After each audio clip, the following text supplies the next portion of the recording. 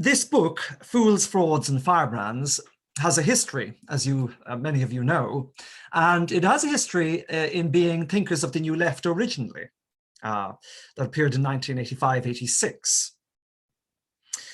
It was a book at the time which ruined Roger's reputation and career amongst the literati and those in academe, who felt more about themselves than others felt about them. But nonetheless, it did damage him in the mainstream. And I don't think he emotionally ever recovered from it, actually. He told me once that, and I may have included it in conversations with Roger Scruton, but he told me on not a single occasion that he contemplated suicide on one or two occasions after the publication of that book. So intense was the vitriol and the antagonism towards him, not alone from colleagues at the university in London where he was teaching, but just among the general commentariat. And it really did put a mark on his forehead as someone to be avoided. Which is why when I suggested in around 2005, 2006 that he do a follow-up to it, he balked, nearly ran out of the room. And for a man who was so measured in his reactions to things, this was quite a reaction, to say the least. And when he calmed down, he said, "I just don't want to go through it all again." It all meaning his experience of rejection by these people. And by the way, I will say this again and again as we go through, this is not a polemical book. It has polemical moments, but it is not a polemical book. It is a deeply reflective, intellectual book that goes into polemical overdrive at times, and quite necessarily so, especially when we're talking about what the views of these people justified or condoned. But it was a deeply measured book for reasons that I will give you in a moment. So the fact that there was such a reaction tells its own story, and that is one again that I shall come to in a moment. The original book, by the way, Thinkers of the New Left, for someone, you see, in the first part, in one of the obituaries that I published on Roger, I said, my life divides into two halves, before Scruton and after Scruton. And before Scruton, 5 of my books were on the people that, the people that he wrote about, or that he disagreed with, or that he critiqued. And then, of course, the following 6 books are 4 of them on Roger, and 2 or 3 others which owe greatly to his influence. So you see, I saw both sides of the fences. That's the fence, and many of the people, by the way, that he deals with, I knew, or it was in the case of Derrida and Rorty, I was particularly close friends of theirs, a close friend of theirs, and others in the list. I knew their students, or my colleagues were good friends of theirs, and I moved in the same circles. So I have sympathies for them to a degree.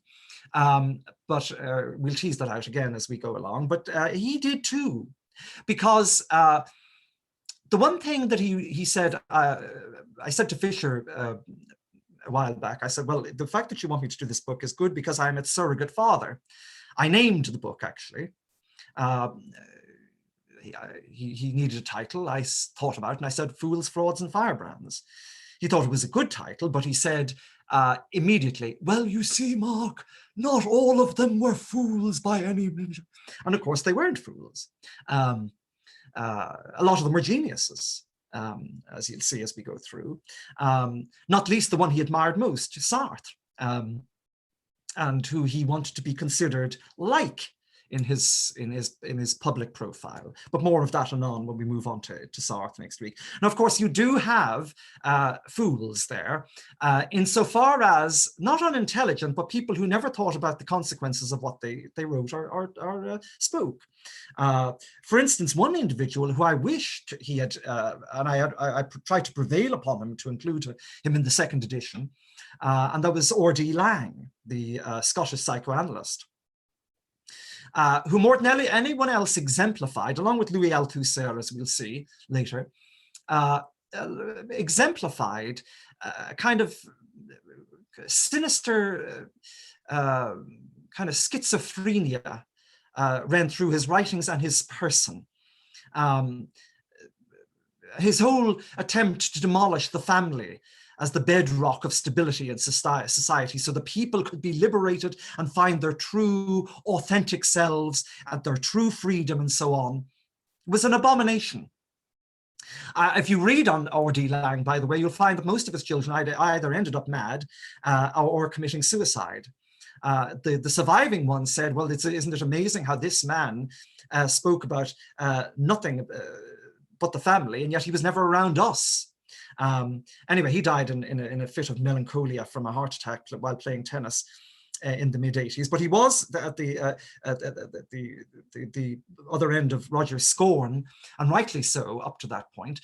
Why he didn't include him, I do not know, because I do know, he said, well, he doesn't really speak to us anymore. Well, he does actually, because many of the people that hang around psychoanalytic circles will know of Langian psychoanalysis. It is still a very popular technique for dismantling people's so-called biases and prejudices about their own family.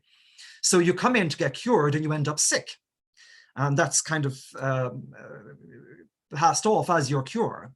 And of course, remaining sick, you have to continue going to the Langian psychotherapist to find the cure to your new sickness, which is a cure. And you never get there. The only thing that you lose is not your psychosis, but your money. But anyway, R.D. Laing died, and he's not in the second edition, which is sad, I think, because it would have given us a lot of grist to our mill. So why then? Let me make a few general comments before getting into the meat of today's thinkers. Why is this book important? Well, I'll tell you why it's important. It's not, as I say, just a polemical attack on mainstream continental or Marxist thinkers. It is a systematic critique of the way the world is now shaped, especially the Western world. You think these people are frivolous and they are frauds? They're not. These people are the most successful academics in the history of academia, insofar as they have shaped government, they have shaped the academy itself, they have shaped all of our institutions. I'm delighted to see some young people here, by the way. I see Hoga there on my screen, for example, a 20-year-old. It's wonderful to see you here amongst aging conservatives and reactionaries. Mainly because, and Fisher too, Fisher's smiling, he's probably saying to himself, why doesn't he mention me? Yes, I'm obviously the youngest, but because you see, young people need to know that why these people who are influencing government, who are influencing the academy, who are influencing our art schools and our journalism schools, who are influencing the way we talk and so on, why these people are frauds. Again, not intellectually, but why because again, you will find a grain of truth in each of their writings, but why their worldview is so insane. And why, and the other question is, why does it continue to have life? Why do aging men, octogenarians like Joe Biden, embrace it? Men who should know better, who has this kind of conflict, inner conflict between his Catholic faith and his lust for repudiation of his faith and everything that his constitution stands for example. Why is that? Why doesn't someone like Nancy Pelosi go around spewing Marxist mantras at her age? What drives a woman to do such a thing? And a moneyed woman at that, not someone who is resentful, like the Young Turks in the American House of Representatives. Why do these big tech oligarchs embrace this ideology? So you see, these people are not without influence, and deep influence all across society. Roger recognized this very early on, because the schools, especially the polytechnics, as they were then called in London, were overtaken by such people. And it grew like a cancer from that. Remember, Jeremy Corbyn, the only claim that Jeremy Corbyn has to fame was that he got a dose of Marxism in the polytechnics and then embraced it wholeheartedly as a theology. And you saw what that did to the Labour Party in Great Britain for a period of 2 or 3 years. And everywhere it goes, it does that. And yet it keeps on proliferating. It keeps on existing within society as an alternative model to the freedom that's been hard won and achieved. Now, Roger, you see, wasn't like some analytic outsider, analytic philosophy, that is. He wasn't some, anti-Marxist, right-wing commentator. Roger knew these works intimately, and that's what makes this book different, okay? And I can vouch for that because, as I say, I know these books myself, and I knew the men. And the reason for that is that Roger was not, and it's a wrong characterization of him, it's a caricature, in fact. Roger was not an analytic philosopher, neither was he, although he admired the analytic method and learned much from it, and came out of it in many degrees, and loved its clarity. Neither was he a conservative thinker merely reacting to the prevailing Marxist current of the times, as the meaning of conservatism might indicate. No, he wasn't that. He was someone steeped in German idealism, who understood the technicalities of Hegelianism and Kantianism, and what flowed downstream from Hegel. And that's what makes this different. Roger surfed on the same seas as these people intellectually, for the most part. So what are they? They are all, each and every one of them, more or less, heirs of Hegel, all of them, including Roger. Except Roger preserved, or sought to preserve, Hegel's legacy. He was a faithful son of Hegel, whereas the others were all prodigals. Simple. And they never came home, because the Bible and its lessons were lost on them. They were recalcitrant teenagers. They were in that, what Roger says elsewhere in The Need for Nations, that they were in that arrested state of adolescence. They repudiated the father, that being Hegel. They ran away, and they sought, and if you look at it like that, and if you read them through the Hegelian lens, they make much more sense. But this gives rise to another problem that we have, or another issue that we have, and it's this.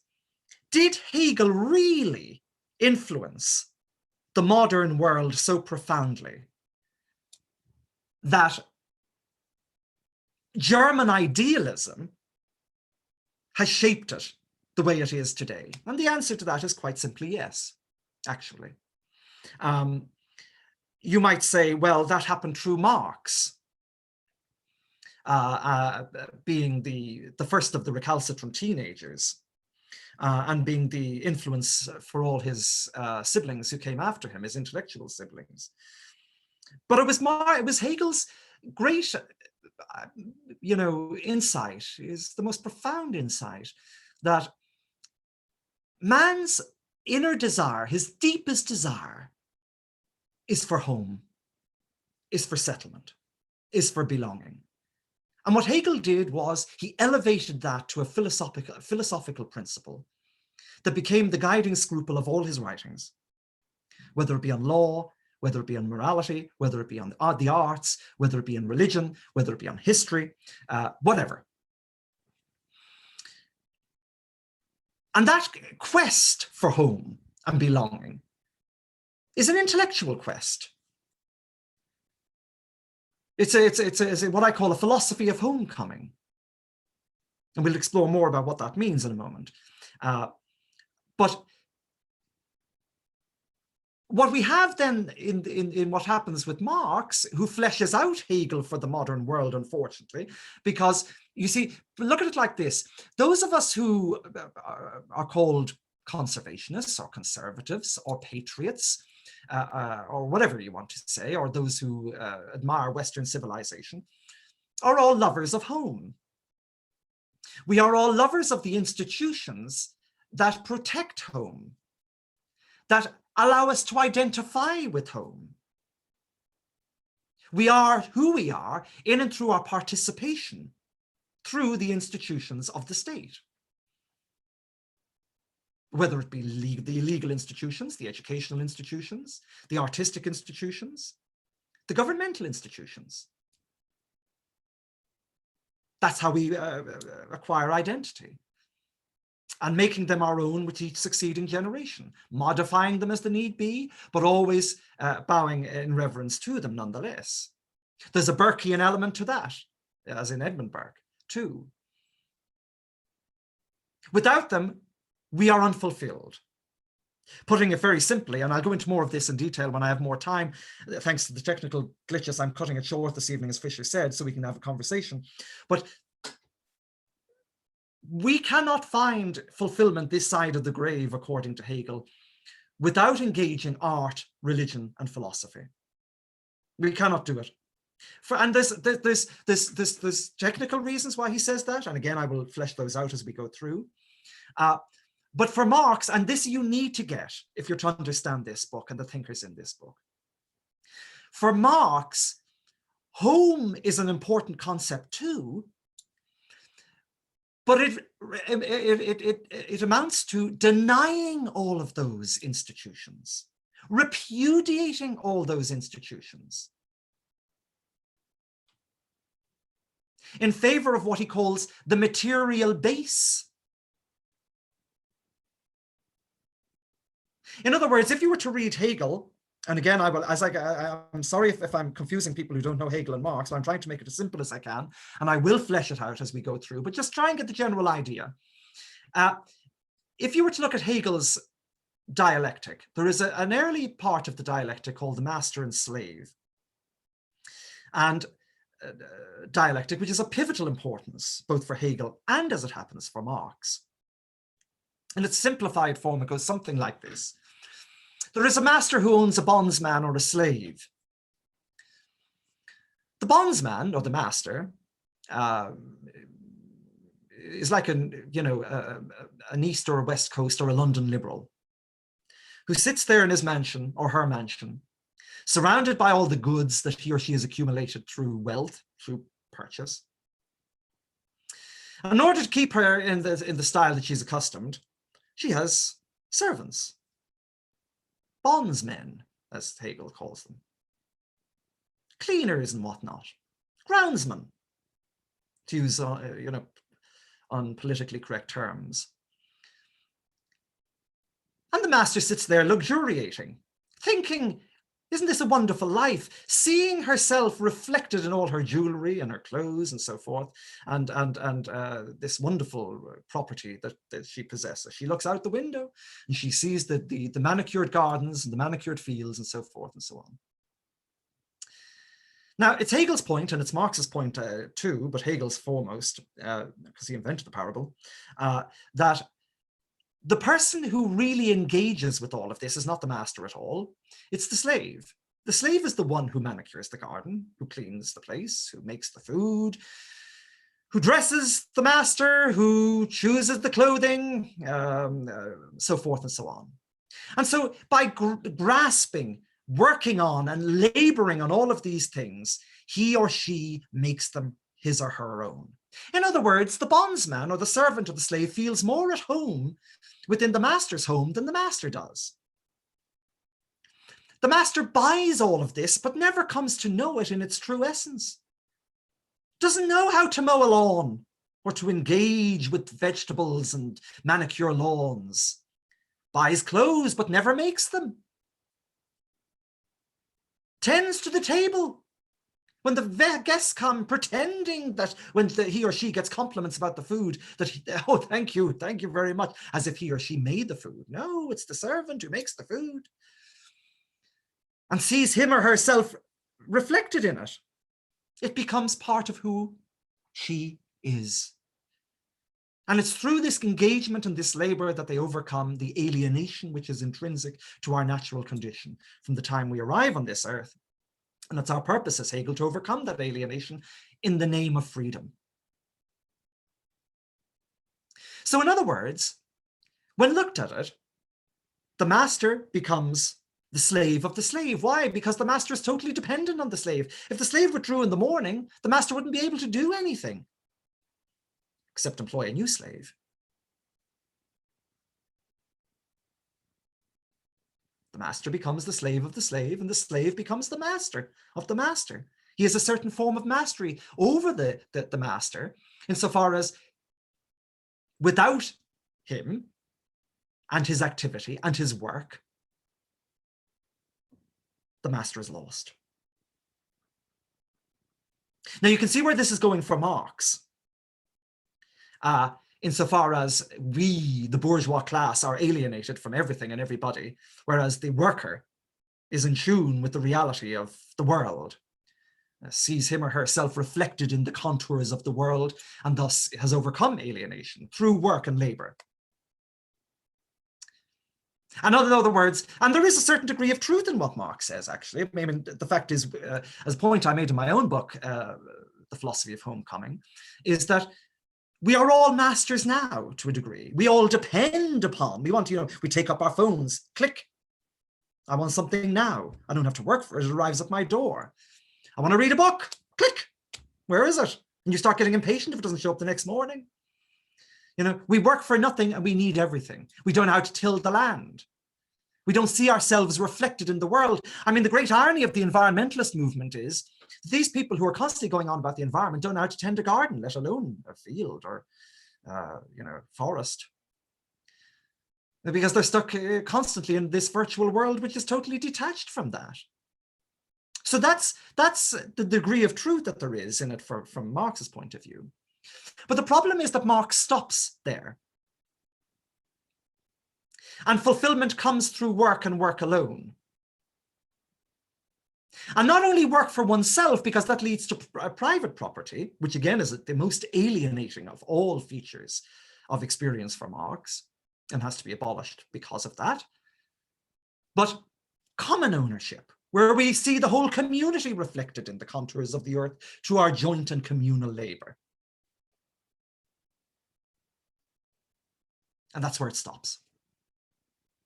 Everything else is either a fetish, a false projection of oneself,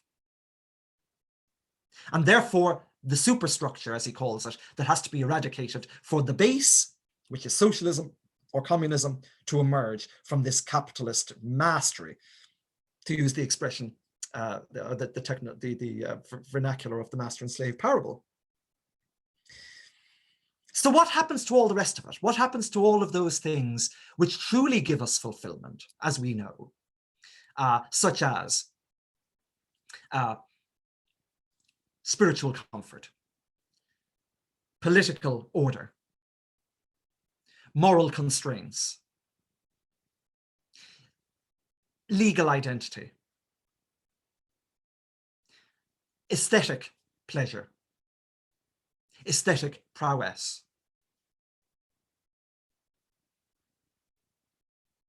Look at any worker anywhere in the world, so-called, even if there is such a thing as a working class these days, which there isn't, but if there were, any worker in the world is not satisfied with that alone and craves the things, constantly feels alienated, no matter where he is, no matter whether he's in some communist utopia or he's in downtown Manhattan.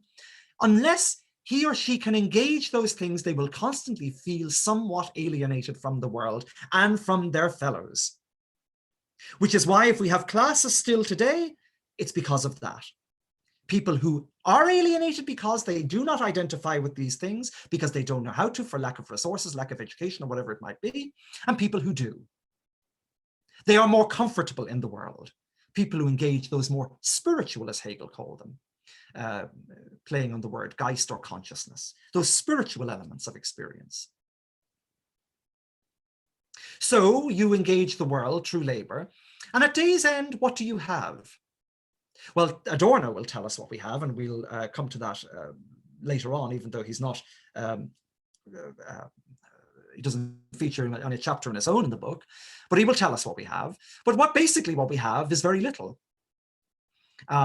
We don't have the consolations that we need, and we don't have the freedom that we need, because it's Hegel's great insight again, that the freedom that you get as you work through all of these things, when you leave the material world behind, when you make a home in it and you identify it as your own, you've still got the alienation of God, how to reconcile with God, how to reconcile with the great artistic treasures of your civilization, how to reconcile with the legal order, how to understand or reconcile with the great literary order. And those are the succeeding phases of consciousness that Hegel takes us through. I will tell you more about those anon in subsequent sessions because they directly bear upon it. Suffice to say that what you're aiming for is the human being twisting free of its bondage to the world, the material world, and embracing true freedom through these spiritual resources which have been handed down to us by previous forms of consciousness or forms of life.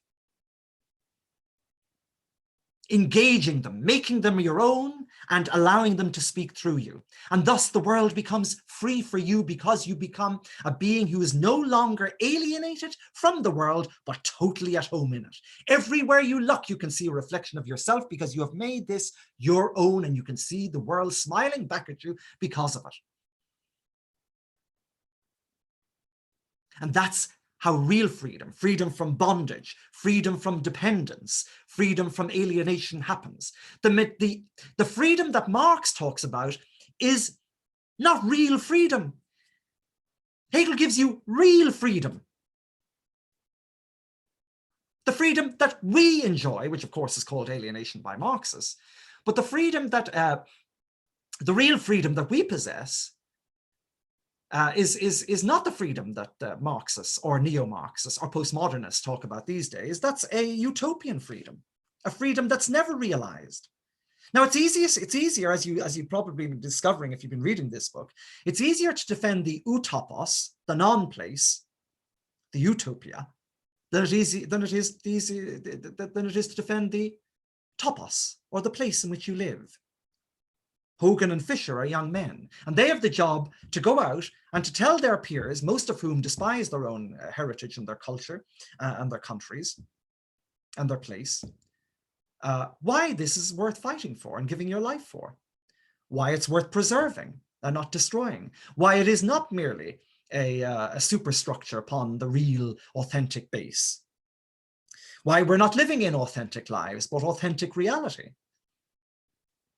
That's difficult, because you're defending what is against what could be, and what never will be in the minds of progressives, postmodernists, and neo-socialists. You often hear the phrase when people like Hobsbawm are confronted with Soviet crimes, they will either try and whitewash them, explain them away as political contingencies, or they will say, well, that wasn't real socialism. If we just had real socialism, that would never have happened. That could never have happened. So we've got to try the experiment again, you see, in order to get to the real place. And so the next social experiment happens, and the same thing happens again. Oh, but that wasn't, do you see the deficiencies in the system? Do you see the deficiencies in the system? And so you've got people who are very eminent people, who, and many of them in this book, who will make excuses for that. Again, actually existing socialism sometimes does not measure, more often than not, does not measure up to what the real thing is. And therefore we've got to go for the real thing again. Now, the one person who is mentioned in the preface to Thinkers of the New Left, but isn't given any treatment in either book in any great detail, unfortunately, was another acquaintance of mine, was Noam Chomsky. Now, Noam Chomsky has the singular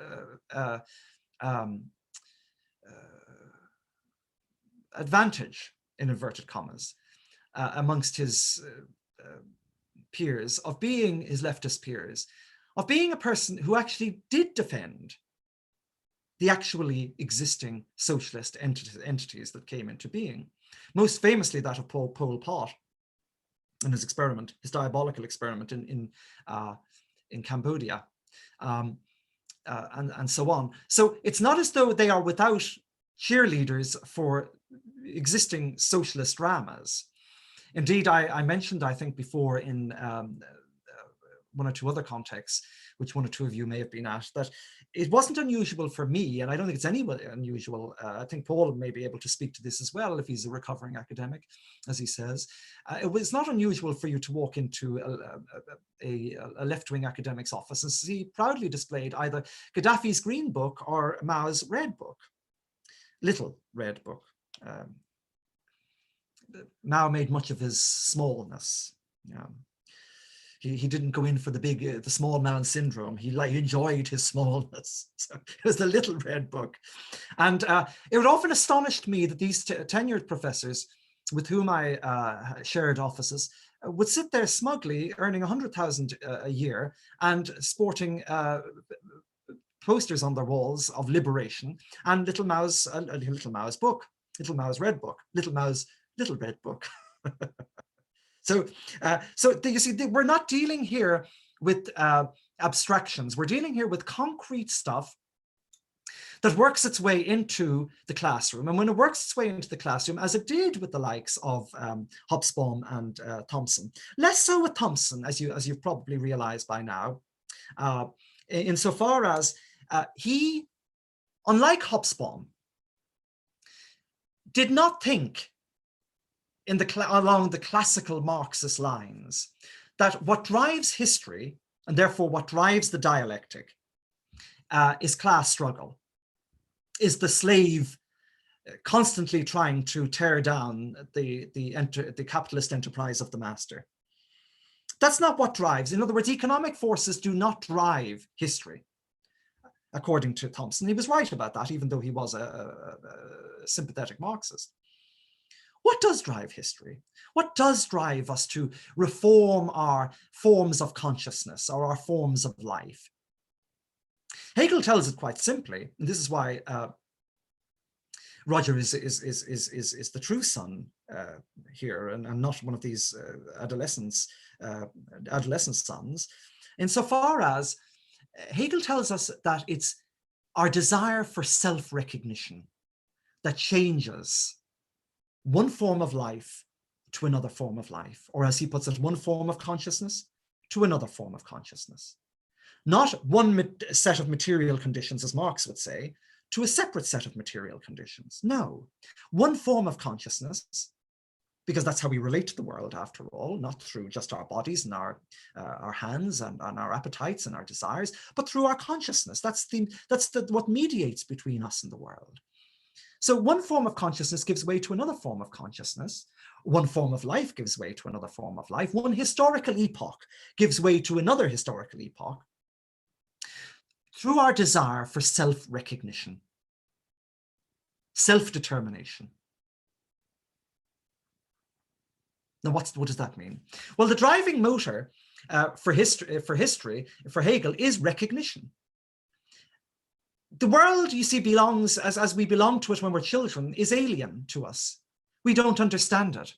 We're not self-conscious of ourselves as agents in the world. And how do we overcome it? And this is where Marx is right. We overcome it through engaging with it, laboring on it, making it our own, listening, molding, shaping, and so forth and so on. And the desire is to see myself reflected in my little blocks or in my sandcastle. That is mine. I made that. It allows me to pitch my tent on this world and to see myself reflected in the very material contours of this world. What happens to the world in that moment is that it's transformed from being a material entity to being an entity which is bound up in a dialectical relationship of mutual recognition. The thing acquires its identity through its relationship with me. I acquire my identity through my relationship with it.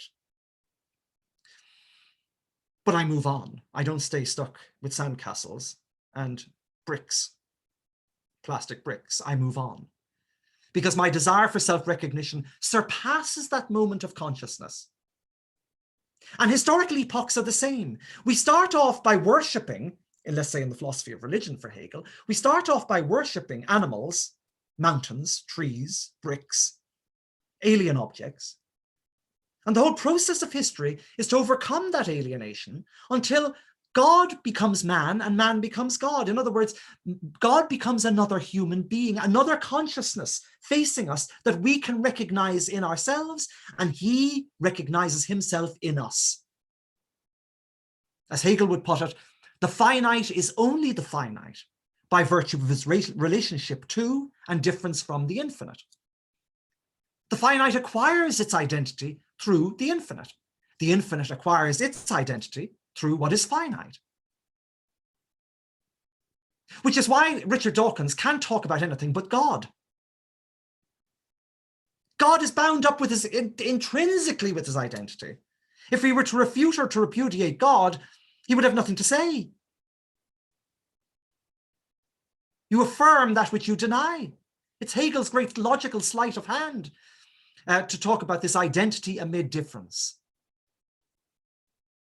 And that's what drives historical epochs. They break down because we desire to move on from the previous phase, which no longer satisfies, and to engage the world further, or some area of culture further, until we see ourselves reflected in it. That's what drives change. And who exactly does that? Not some impersonal Geist or consciousness or economic forces or whatever it is, or class struggle, or groups that suddenly seize control of the imagination, like the working class, who all the proletariat rises up, whoever that is, and changes us, into good socialists. No, it's world historical individuals, according to Hegel, and that is true. Think of the great epochal changes that we've had. Think of Galileo, think of Christ, think of Aquinas, think of Luther, think of whoever, Stephen Hawking, think of any of them. They changed the self-image of the age, as Alistair MacIntyre would put it. Not because they pushed us nearer to the socialist utopia, rather because they took us homeward. They took us closer to identity in the world through some gift of the imagination. By altering our previous self-image and making us more comfortable with the world by just altering it slightly in a new direction, a new and reformed direction. It's not that we're getting closer to the world, getting closer to full consciousness with the world as it is in itself. It's not that we're getting closer to a socialist utopia. It's not that we're getting closer to the end of history, as Francis Fukuyama puts it, borrowing a misunderstood phrase of Hegel's and perverting it in the process. It's that we're reaching that point where human beings are so comfortable in the world and see themselves so reflected in the world everywhere they look. There is not a part of our world which is unaffected by human consciousness. In fact, the world reveals itself to us. The universe reveals itself to us through human consciousness. And this is the great insight of physics now, contemporary physics. And this is something that Roger had a lot to say about in his work on neuroscience and so on. I'll finish up now in a minute or two. We can go to questions and conversation. But it's because we were driven by this conscious need to see ourselves reflected in the world, to have the world look back at us. And every corner of our world, none of it, you say the natural world, but the natural world is already computed through consciousness. It's already shaped in our image. We know it by a name. We describe it. It's brought within our human classifications. And it's identified to us by not being, the Himalayas are not the Alps are not the Himalayas. So identity amid difference. Our conception of what these things are given to us by relating them to and differentiating them from other things of their kind. Until the world is a home, in every respect. Hobsbawm could never understand that because he was so entrenched And I'll close now by saying a word how all these four thinkers fit into this scheme. Hobsbawm was so, I remember, a refugee into England, enjoyed the privileges of English civilization, and thus Western civilization, was a cultured man, a very cultured man, an extraordinary writer, for any of you who've read his books, and I did when I was an undergraduate, and yet really did believe, for all of that, that history must be driven by a class struggle. Had to be driven by a class struggle. Because, you see, the point is, when at a certain point this becomes theology, it's no longer just a political mechanism that may or may not work. It's a theology. Marxism is a theology. It's an inverted theology. So you speak to any of the young firebrands in the House of Representatives who peddle socialism day in, day out. They haven't got a clue what they're talking about, by the way, because they don't understand the intellectual backbone of it. Just somebody like Jeremy Corbyn does, as a matter of fact, which makes him so menacing. But these people don't. They bandy these words around. But the point is that it is all about class struggle for them. Classes must exist. They have to exist, because there can't be change if there's no class struggle. There has to be, as I said to you, the utopia, the non-place, for us to arrive, for us to push forward, to modify daily our goals and our interests and our needs and our calculations. So economics is not one way of engaging with the world and with others. It is the way and the only way. Which is why the environment has become such a fanatical cause for them now. Because that is the way to prove the sin, to use good old-fashioned terminology, of the capitalist system. That is to prove how unrighteous the capitalist system is. You know, you hear today these ludicrous things that Joe Biden is signing into office like a monarch, or into law like a monarch, with his executive orders, day in, day out, and they just hand him things. Oh, another thing to sign. Doesn't know what he's signing. And they're thrown off like George III. And he's getting high on signing, you know. Oh, another one, please. And the pens are coming out of him. I'll sign two at a time. But anyway, there he is, and he's signing away. And one of them is, of course, that now the environment has become an issue in a racial issue. Okay, it's become a racial issue. It's, you know, the environment has been caused but the environmental crisis has been caused by systemic racism rather.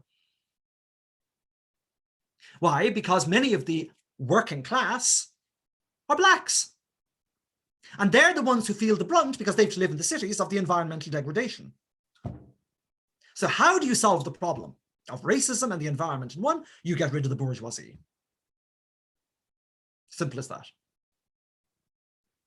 Now, the fact that bourgeoisie continues to sustain itself and continues to sustain the world and continues to be the most settled of all classes, with the most, domesticated, the fact that amongst the bourgeoisie, to use these horrible terms, which have been foisted on us by Marx and by the likes of Hobsbawm,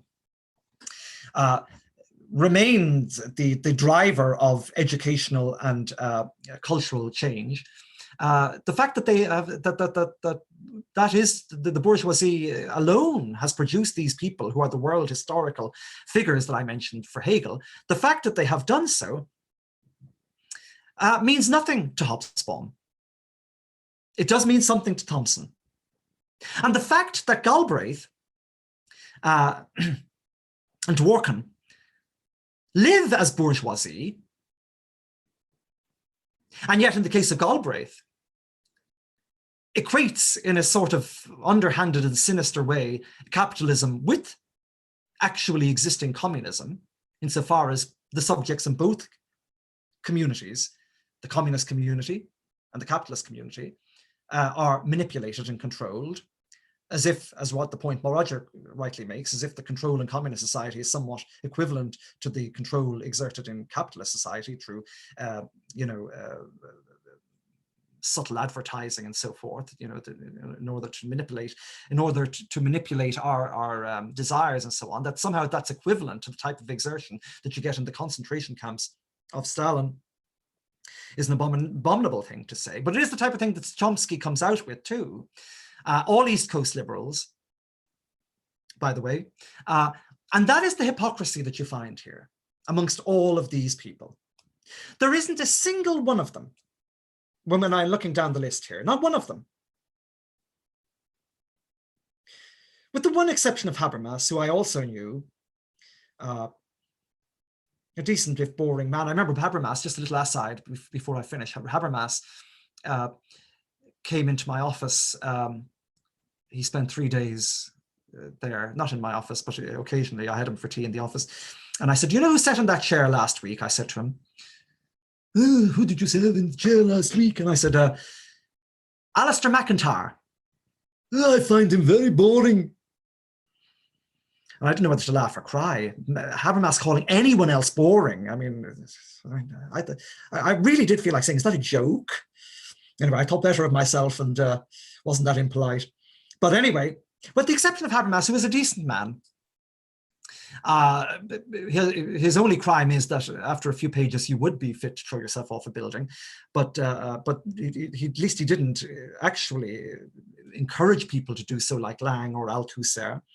But apart from him, you don't have the people that they celebrate, the people that they activate for, the people that they call the authentic human beings versus all us inauthentic human beings, actually making the case. You have rich, moneyed academics and liberals in various fields who have yet to wake up to reality.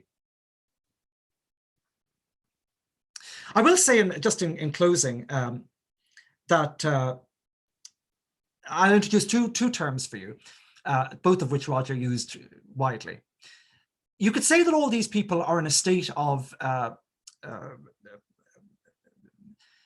they are systematic oikophobes, haters of home.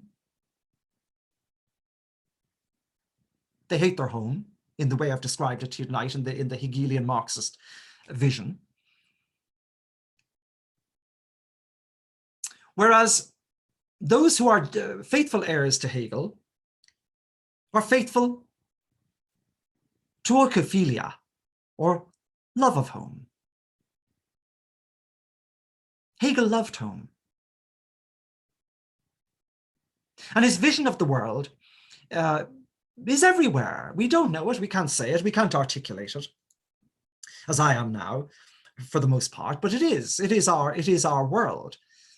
But Marx's world, Marx's demented evisceration of the Hegelian, the beautiful Hegelian paradigm, is also part of our world. And the apostles to that theology are the people that we're reading about now. And they have had the singular grace of making sure that Hegel is lumped in with, amongst theorists and commentators, Hegel is lumped in with Marx and all of these apostles to negation. He shouldn't be. And distinguishing between the two is what will allow you to determine why Roger is not coming from a different tradition, is very much squarely within this tradition, but goes along the right path back to the Father's front door. Now, I leave it there for tonight, Fisher. Of course, I'm open to questions, needless to say, but that's my general presentation for this evening.